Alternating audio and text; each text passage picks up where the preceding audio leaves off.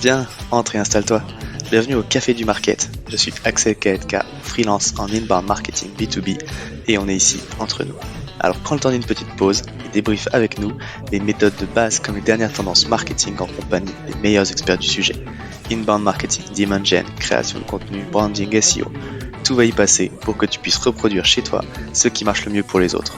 Si le podcast te plaît, n'hésite pas à le partager à tes collègues en me taguant sur LinkedIn ou en laissant 5 étoiles sur Apple Podcast. Et maintenant, détends-toi, prends ta boisson préférée. Et surtout, si tu entends une discussion intéressante, serre-toi, c'est offert par la maison. Pour ce podcast, j'ai l'honneur d'être soutenu par ma solution de marketing automation préférée, Sepleady. Si je t'en parle, c'est parce que je l'ai utilisé à titre pro et que j'en ai été pleinement satisfait. On le sait, quand on fait du marketing automation, ce qui est compliqué, c'est d'entretenir constamment des workflows de nurturing et de les mettre à jour avec de nouveaux contenus. Là où Pledzi est très fort, c'est qu'ils ont développé une campagne intelligente qui est capable de pousser automatiquement le bon contenu au bon moment à la bonne personne, en fonction de ses centres d'intérêt et du stade de maturité du lead. Ce qui ne gâche rien, c'est qu'ils ont une équipe au top, avec un service CSM dédié qui est là pour t'aider à mener à bien ton projet. Mais assez parlé, passons à l'épisode. Bonjour à toutes et à tous et bienvenue au Café du Market. Alors aujourd'hui, on va parler branding. Pourquoi parler branding? Parce que dans le B2B, malheureusement, il y a beaucoup trop d'entreprises qui suivent les mêmes codes, un peu tristes, comme si parce qu'on parlait aux professionnels, il fallait absolument être sérieux. Sauf que quand on fait tous pareil, et ben du coup, on a du mal à sortir du lot auprès de son audience. Mais B2B, ça veut pas dire boring to boring. On a le droit d'être fun, on a le droit d'être coloré, et on a le droit de faire les choses différemment aussi pour se démarquer. Pour parler de ça, je reçois Céline Biteau, qui est Communication and Content Director chez Lucas. Bonjour Céline, Bonjour Axel, comment vas-tu? ça va bien. Parfait. Alors, est-ce que tu peux te présenter du coup, s'il te plaît, pour ceux qui ne te connaissent pas, et puis peut-être dire deux mots de Lucas aussi, du coup. Oui, bien sûr. Donc, je m'appelle Céline Biteau et moi, ça fait plus de 15 ans que j'évolue dans le métier de la communication B2B. J'ai d'abord fait 10 ans en tant qu'attachée de presse dans différentes agences parisiennes et plus récemment, donc, comme directrice de la com et des contenus chez Lucas, pour dire en français, où je travaille maintenant depuis 5 ans. Pour ceux qui connaissent pas Lucas, nous sommes un éditeur de solutions d'automatisation des processus RH et administratifs. Yes, effectivement, je l'ai dit en anglais parce que c'était écrit comme ça, mais c'est parce que vous avez internationalisé la boîte aussi, et du coup, moi, je répète bêtement. Alors, tu vois, c'est marrant parce que du coup, je vous ai abordé pour ce sujet de branding parce que c'est un sujet qui m'intéresse et puis j'aime beaucoup ce que vous faites. Et un peu naïvement, au début, je m'étais adressé à Chris, qui est du coup responsable marketing. Sauf qu'en fait, ce sujet-là, il est porté par toi, du coup, qui, tu l'as dit, qui est directrice communication et contenu. C'est une fonction du coup qui est séparée du marketing chez Lucas. Comment ça se pilote du coup ces sujets de positionnement et de communication? Alors, en fait, je suis, moi, responsable de l'un des 4 pôles du service, marketing, chez Lucas, Ok. qu'il faut dire, et c'est structuré il y a seulement, une paire d'années, on va dire, allez, 3-4 ans pour être large. Je suis arrivée, moi, en 2010 milieu 2017 en tant que chargée de communication, et à l'époque, il y avait effectivement Chris qui gérait la partie marketing et Meryl qui gérait, le web design. Et puis en 2-3 ans, en fait, le marketing a triplé, quadruplé de Mhm. volume. On est aujourd'hui quasiment une vingtaine, donc il a fallu structurer donc le service global marketing en différents pôles. Il y a donc toujours Chris, bien sûr, qui gère l'acquisition chez Lucas.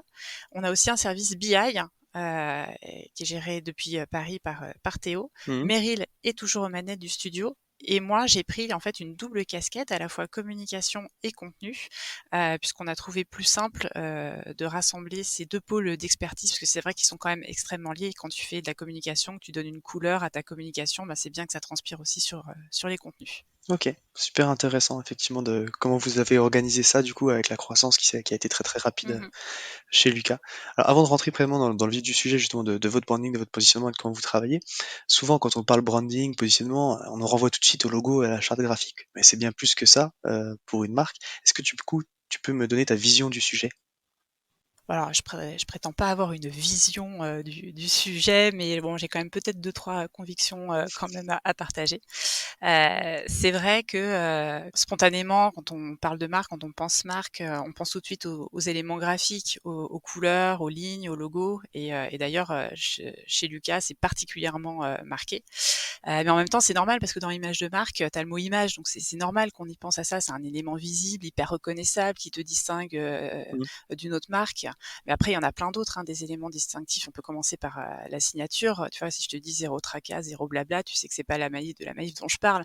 Hein. Si je te dis être chez soi partout dans le monde, tu penses à qui? À Airbnb, Bah, ouais. forcément. Voilà. Puis après, tu as aussi toute l'expérience globale du produit, à la fois le design, l'UX, des produits en eux-mêmes. Donc en fait, c'est vraiment tout un tas d'éléments qui sont imbriqués les uns dans les autres, qui constituent voilà, l'identité de marque.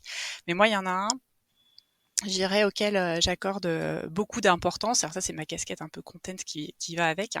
C'est la personnalité de la marque, en fait. Ce que nous, enfin les gens, ça varie hein, d'un expert à l'autre, d'une boîte à l'autre, etc. Mais ce qu'on définit un peu comme le ton, tu vois, la manière dont la marque s'exprime et aussi son attitude. Et moi, je le perçois un peu de la même manière qu'on peut avoir des interactions avec les gens. Tu sais tout de suite quand tu rencontres une personne si ça va matcher ou pas, si tu as envie de passer le reste de la soirée avec, si tu as envie de reprendre contact par la suite Mmh. avec, tu vois. C'est un peu une question de fit à la fois culturel, intellectuel, voire spirituel, pourquoi pas, tu vois. En tout cas, la rencontre, c'est un marqueur hyper fort, je trouve, dans la relation. Il y a une boîte dans le B2B, si on veut rester sur Ouais. le B2B et pas trop aller dans la facilité de prendre des exemples côté B2C, c'est Slack. Voilà, la Slack, la Ouais. manière dont ils s'expriment avec l'utilisateur, moi je trouve ça assez génial, la manière dont ils ont réussi à faire en sorte de s'adresser à toi. Tu vois, c'est pas juste des notifications froides qui te sont communiquées en mode top-down, c'est vraiment une communication, l'interaction avec l'outil est hyper agréable. Et ça, c'est une expérience de marque qui est hyper intéressante et qu'en tout cas, que je garde en mémoire un peu comme un truc auquel, voilà, c'est un peu un mantra. Ouais. Faut aller jusque-là, quoi. Et c'est vrai que, tu vois, ça me fait penser, c'est, Jeff Bezos, je crois, qui disait ça, la marque, c'est pas ce que tu dis, c'est ce que les gens disent de toi quand tu quittes la pièce. Tu vois? Et puis c'est un truc, Martine Meyer en parle aussi, effectivement, où la marque, c'est pas ce que tu dis, mais c'est ce qu'en disent les autres, en fait.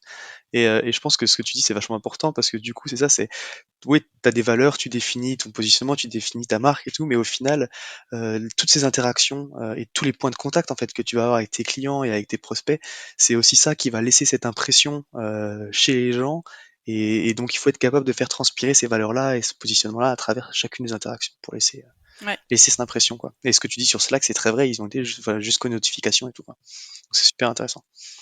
Donc justement, on va rentrer dans le vif du sujet. Donc c'est ce que je disais, souvent dans le B2B, on retrouve ces mêmes codes un peu corporate, un peu tristes, comme s'il fallait une image super stricte pour être professionnel, quoi. Chez Lucas, vous avez pris le contre-pied de ça. Tu as une proposition effectivement qui dit un logiciel de gestion n'est pas forcément triste et gris, quoi. Alors comment et pourquoi du coup vous avez choisi ce positionnement-là, quoi? Alors, le logiciel n'est pas nécessairement gris, moche et triste. C'est pas vraiment le positionnement de Lucas. Ça, je dirais plus que c'est un peu notre signe, notre signature, notre signe distinctif. Tu vois, un peu comme le Ouais, zéro tracas de MMA, par exemple. Voilà. ouais, slogan, quoi. Ouais, c'est le slogan. Mais je suis d'accord. En fait, il exprime un positionnement de Lucas qui est vraiment radicalement centré sur l'utilisateur. En fait, notre vrai positionnement, c'est plutôt la simplicité D'accord. à tous les niveaux, tu vois. Nous, on pense que, par exemple, les gens ont autre chose à faire de leur temps que de faire de l'administratif, et pourtant, on sait que ça fait partie du quotidien de n'importe quel salarié de la boîte. Mais on pense que voilà, ces tâches-là, elles s'automatisent et que ça sert à rien d'y consacrer plus de temps que nécessaire. T'as bien autre chose à faire. Donc, quand je te dis simplicité, c'est le positionnement, c'est vraiment de rendre le quotidien des users vraiment le plus simple possible, mais aussi le plus agréable, voire plaisant.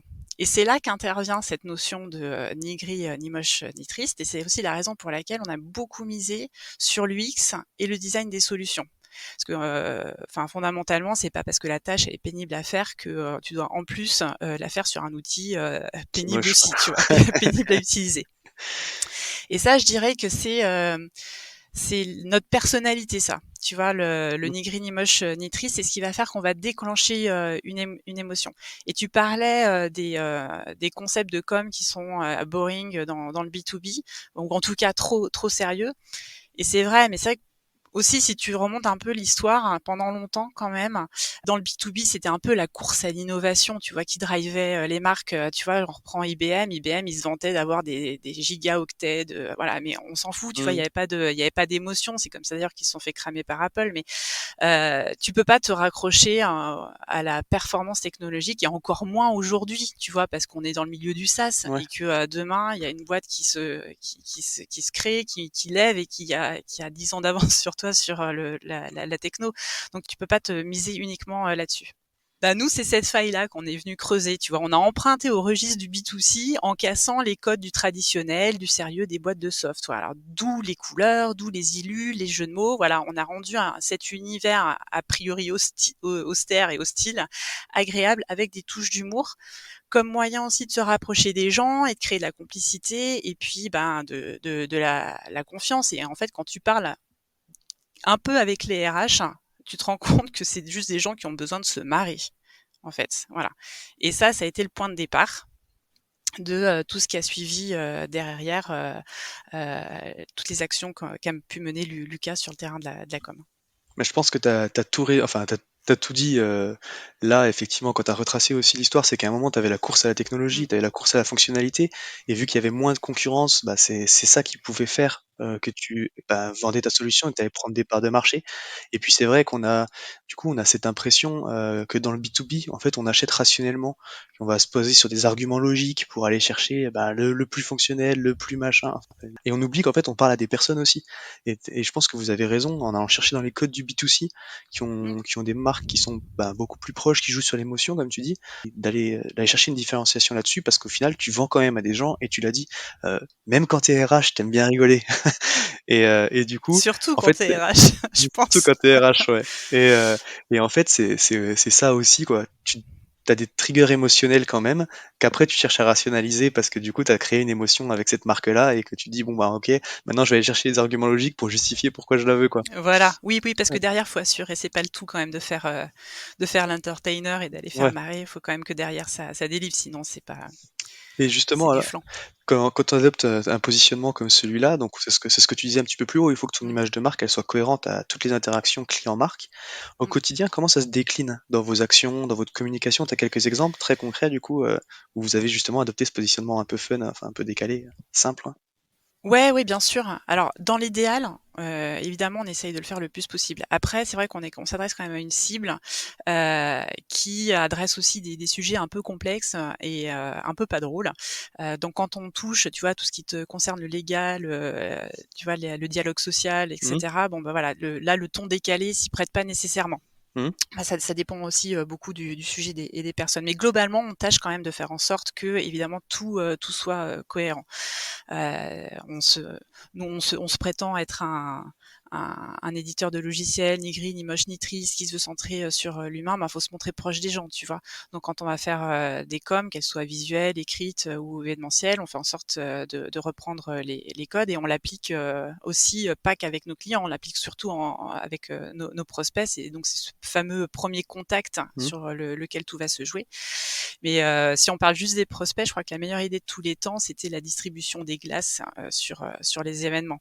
Ouais. Personne faisait ça sur les salons professionnels. Alors c'est né sur le Web Today, qui est quand même un événement néo-nantais qui rassemble une communauté qui se connaît déjà, tu vois, mais on l'a dupliqué sur des gros salons professionnels qui drainent des milliers, des dizaines de milliers de visiteurs. Et le simple fait que les gens viennent à toi parce que tu as dans les mains un pot de glace, et puis tiens, tu dis merci, parce que tu en as évidemment plusieurs dans la main, et puis tu dis: «Au fait, vous faites quoi?» Bah, du coup, c'est même pas à toi, du coup, c'est pas toi qui engage la conversation, c'est le visiteur. Donc ça, déjà, ça détend tout le monde, tu vois? Ça te permet de commencer une discussion de manière complètement zen et détendue. Mmh.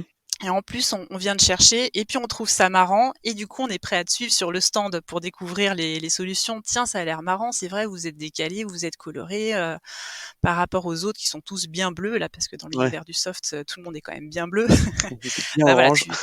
exactement, tu dénotes et du coup, t'inspires la confiance. Ouais, c'est super ça. C'est ce que vous avez fait sur un salon, ça? Vous Ouais, distribuez des glaces à l'italienne, c'est ça. logotées et puis effectivement, du coup, tu attires les gens. Bah, c'est qui est-ce qui distribue des glaces sur un salon, Ouais. quoi? Et puis après, par contre, encore une fois, c'est ce que tu dis, c'est qu'il faut délivrer, mais c'est que du coup, dans vos logiciels, tu retrouves cette simplicité, ces interfaces colorées en fonction des différentes applications que vous Mmh. avez, et heu et du coup, tu as quelque chose qui est cohérent dans le parcours client, quoi. Ouais, ouais, jusqu'au bout. Ah, après, c'est vrai que, le curseur de la tonalité, va varier Mmh. évidemment, quand tu es dans le logiciel. Après, on le langage, utilisé, est toujours, détendu, voilà, on tâche de pas se montrer, froid dans nos interactions avec l'utilisateur, mais c'est vrai qu'on se permet plus de largesse, on va dire, quand on est dans des opérations de communication. Ça fonctionne vachement bien dans les emails marketing, par exemple. Ouais. Tu vois, on va facilement utiliser le prénom, placer un bon mot sans jamais tomber dans le familier, par contre. Mmh. Ou même quand on héberge des événements, on est très fan des moments d'icebreaker où on va voilà, lancer la petite vanne qui détend tout le monde, au début, même si le sujet de la conf va être hyper sérieux. Mais après, il y a pas que l'humour aussi, hein, qui fait partie, évidemment des trucs, et astuces, qu'on déploie, pour se rendre, différenciant. Il y a aussi beaucoup ce qui touche aux valeurs, de Lucas et qui transpire dans les codes de la marque. On est, par exemple, on est quand même assez connu pour nos principes de transparence. Alors je parle de Mmh. transparence, mais au sens large. C'est vrai qu'on est connu pour la transparence des salaires, mais même en interne, ça joue beaucoup.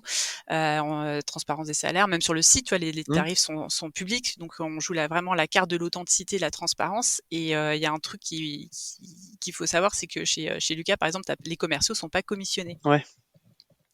Et ça joue aussi beaucoup dans la relation parce que tu es tout de suite en confiance. En fait, Mmh. quand tu sais que la personne avec qui tu parles, elle est pas là pour te vendre absolument un truc qui existe d'ailleurs probablement pas encore dans l'outil. Donc après, le commercial va vite aller mettre la pression sur les devs pour que ça sorte, ou mettre les consultants dans une situation désagréable de Mmh. devoir expliquer après coup: «Oui, alors en fait, on l'a pas tout de suite sorti» et cetera. Tout ça, ça existe pas.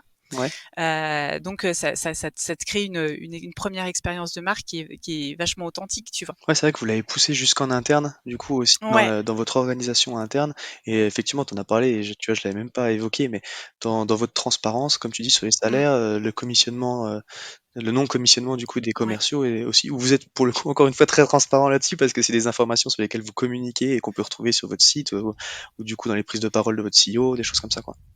Exactement, et tout ça, en fait, ça participe à, tu vois, au positionnement de base qui est la simplicité. Les relations Mmh. sont simples en interne, sont simples avec le client, sont simples avec le prospect. L'outil est simple, l'utilisation est simple. Enfin, tu vois, c'est vraiment ça le marqueur, central, de Lucas. OK, parfait. Bon, bah, écoute, je te remercie. On a fait un petit peu le tour, je pense, des sujets qu'on voulait aborder ensemble. Si tu as un conseil, justement, pour une startup qui démarre, un founder qui veut lancer sa startup et qui veut, justement, essayer de travailler ce branding-là, ce positionnement, un positionnement différenciant, quoi. Alors, ça va pas être il y a pas d'effet waouh, hein. Je recommande juste de commencer par les basiques. Donc, la plateforme de marque, voilà, le meilleur outil qui existe, c'est quand même, le Golden Circle de Simon Sinek avec, le why, trouver son why. Après, je mettrais juste, un conseil par-dessus ce conseil, hein, c'est, de pas s'enfermer absolument, dans la volonté de vouloir, transcender quelque chose, tu vois? On n'est pas tous, même quand on monte sa boîte, des gens, qui se lèvent le matin pour vouloir changer le monde, tu Mmh. vois? Pour défendre une cause absolue. Tu peux juste avoir envie de lancer un business, pour résoudre une problématique. Et si tu sais pourquoi tu fais ce truc-là et en quoi tu le fais différemment des autres, bah, c'est déjà une super base, pour démarrer, quoi. Ouais, effectivement, tu pas obligé d'avoir, l'envie de révolutionner la planète, mais par contre, tu peux avoir envie de résoudre un problème et puis tu as des raisons pour vouloir résoudre ce problème et ça te construit déjà une histoire, quoi. Exactement. OK, super. Bon, bah, écoute, merci beaucoup Céline, pour toute cette science et puis, l'explication de votre stratégie. Si jamais, du coup, bon, il y a des questions, qui surviennent des auditeurs, tu présente sur LinkedIn, de toute façon, on peut te retrouver Oui. éventuellement, sur ce réseau social que nous connaissons bien. OK, bon, bah, écoute, je te remercie encore une fois, beaucoup pour ta présence. C'est super cool, d'être passé sur le podcast et je te dis donc, à bientôt. Bah, merci à toi Axel de m'y avoir convié, et à très bientôt aussi. Salut. À tous ceux qui ont tenu jusqu'ici, déjà merci beaucoup, et j'imagine que le sujet vous a plu, donc n'hésitez pas à envoyer de bonnes ondes à notre invité. Pour ceux qui le souhaitent, le meilleur moyen de soutenir le podcast, ça reste d'en parler autour de vous et de laisser 5 étoiles sur votre plateforme d'écoute préférée. Je compte sur vous. Et dans tous les cas, je vous dis à bientôt pour un prochain rendez-vous au Café du Market.